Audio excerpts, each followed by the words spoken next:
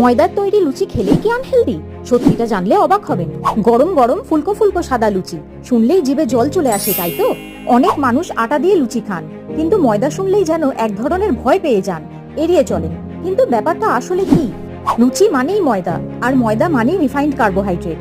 এটা দ্রুত blood sugar বাড়ায়, তার উপর ডিপ ফ্রাইড, মানে ক্যালোরিও অনেক বেশি। কিন্তু আমার তো ফেভারিট হলো গরম ফুলকো সাদা ময়দার লুচি।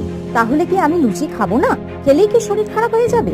দেখুন, যদি মাঝে মাঝে 2টো বা 3টে লুচি খাওয়া হয় আর সেটা একটা ব্যালেন্সড ডায়েটের অংশ হয়, তাহলে কোনো সমস্যা নেই। তবে ডায়াবেটিসের পেশেন্টরা, যাদের হাই ব্লাড সুগার, তারা এটা একটু এড়িয়ে চলুন। আর যারা ওজন কমানোর জন্য ডায়েট করছেন, তারা যদি সেদিন 30 মিনিট হালকা হাঁটা বা ফিজিক্যাল অ্যাক্টিভিটি করেন, তাহলে অকেশনাল লুচি খাওয়াটা ব্যালেন্স হয়ে যাবে।